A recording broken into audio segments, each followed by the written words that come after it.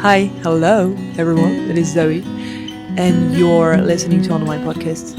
I'm grateful that I'm here talking to you, and that I finally came to record this episode about expectations and freedom over having no expectations. So don't be surprised. I'm gonna read something because obviously, when inspiration hits you, you better, at least that's what I do. You better write it down. Otherwise, it runs away from you forever and ever. And that would be too bad. For me, that would be too bad. Sometimes. Sometimes I'm okay with letting it go away. But for this one, I wanted to write it down. And so I didn't want it to learn it by heart and then give you the speech. So I'm gonna read. So it all starts with me saying that, and it still is true. So that's what's the most important, right? So about expectations and freedom, what can we say? What can I say that what I can say is that I'm often surprised by how much you can learn new ways of being with not only yourself but others. I've been thinking a lot lately about expectations. Not the big ones, not dreams, goals, or visions for the future, because you know me by now, I ain't really chasing any of those. But it's about the small, subtle expectations that creep into daily life. The ones you carry often unconsciously into the conversation you have with other people. So let's take a few examples. It is when you're expecting someone to text you back with the same energy you gave that person, or expecting a certain facial expression in response to a story telling the other, expecting the other to understand, to validate, or to mirror what you're doing, what you're saying. It's very subtle, but trust me, it's there, and most of the time, the moment you notice, it's already too late.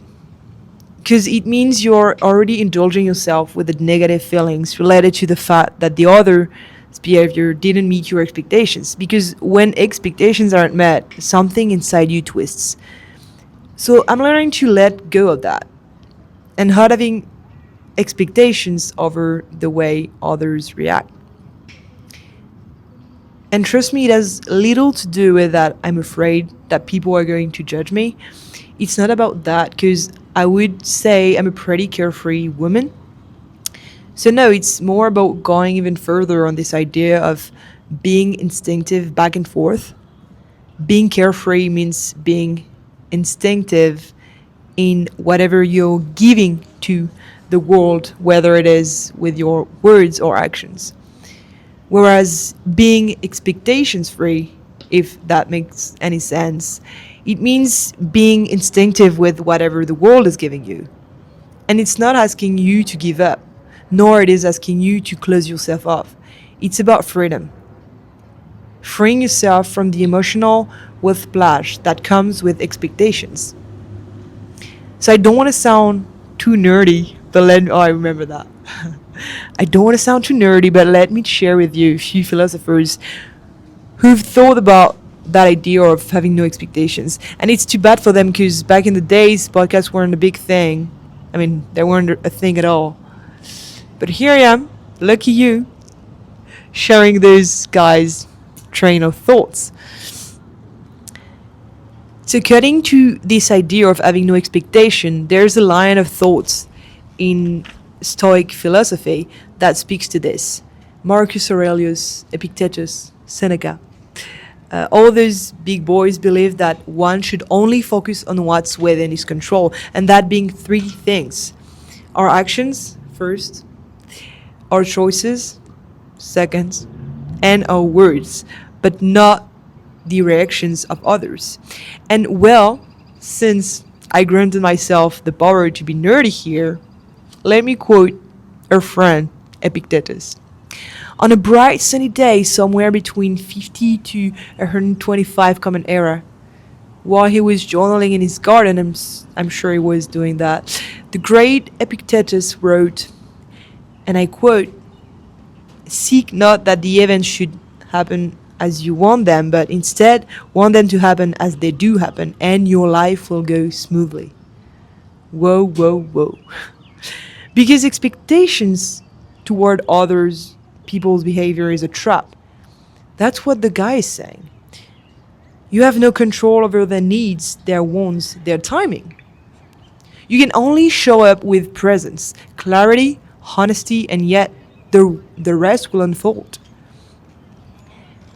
And to keep up with that, with sharing you few train of thoughts that already been explained at some point in history, we have Taoism. So in Taoism, which is a Chinese philosophical line, there is something similar. Here, the Tao, which is the way, flows with what is. It doesn't resist, doesn't demand, doesn't anticipate. And so it says, do your work, and I quote, do your work, then step back. The only path to serenity. So you got it. The step back is a metaphor for not expecting anything from the other or from your work. But here about the work, that's another topic. We could go deeper in that. And when talking to someone, work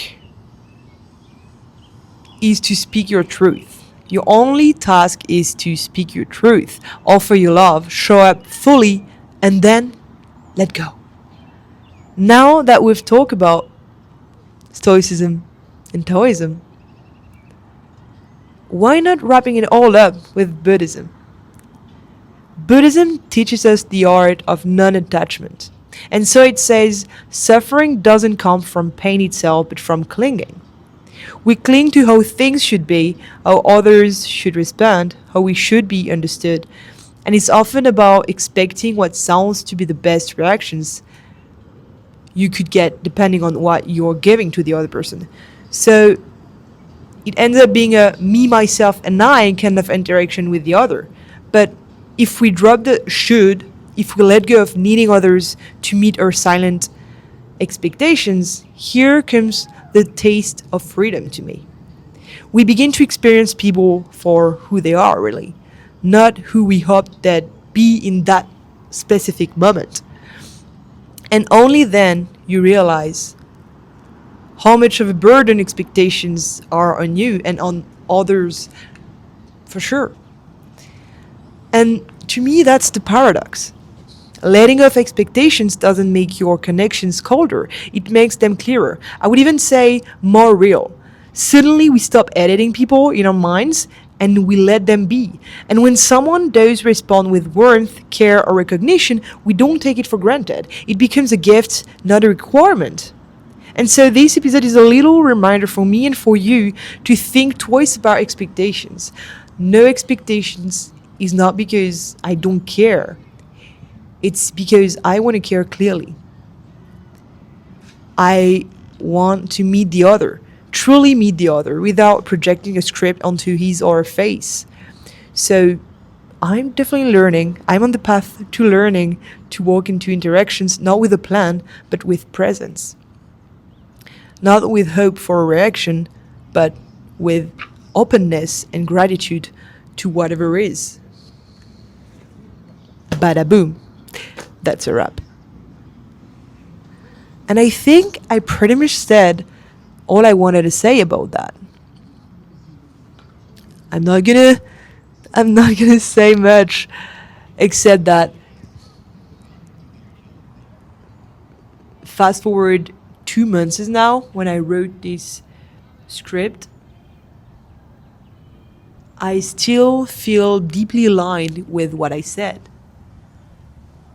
And maybe I should have prevented myself from giving you fancy quotes from philosophers, but I'm pretty sure that helps you understand better what I'm saying, and also maybe acknowledge better what I'm saying, because what if it's just me giving you substance of something that I've never been dealt with before? I guess that's the way our brain works. We need validation from smart, well-known smart people. Genius. And to me, Buddhism is, there's genius in Buddhism, there's genius in Taoism, there is genius in Stoicism, there is genius in all of those train of thoughts, school of thoughts. And yeah, I'm gonna wrap it up here. I'm gonna wrap it up here because it's gonna be a bit long, and the reason why I read the script is in order to prevent that kind of interaction with you guys, or with myself at this point. And take whatever you want from this episode. No, I guess not the entire episode is relevant to you, and that's for the better.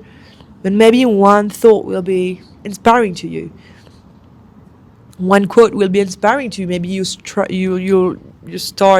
digging into Taoism, Stoicism, Buddhism. That I can only wish you to do that. Wish for you to do that, sorry. And I guess that's a wrap. I can only say have a good one, have a good day, have a good life, enjoy what you're doing. Do it with passion. And even hear what I'm saying doesn't mean anything, because you're gonna do it with passion, wherever, whatever. My English really bad. You're gonna do it with passion as long as you like it, and when you like it, you don't even realize you're liking it. So just do the thing, do the goddamn thing that you want to do, that you feel like doing.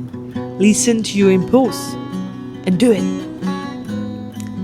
Cool. That episode wasn't meant to be a pep talk, so I'm done. And have a good day. I'm gonna have a good day. I'm already having a good day here in Dallas, Texas. So bye bye. See you later, alligator.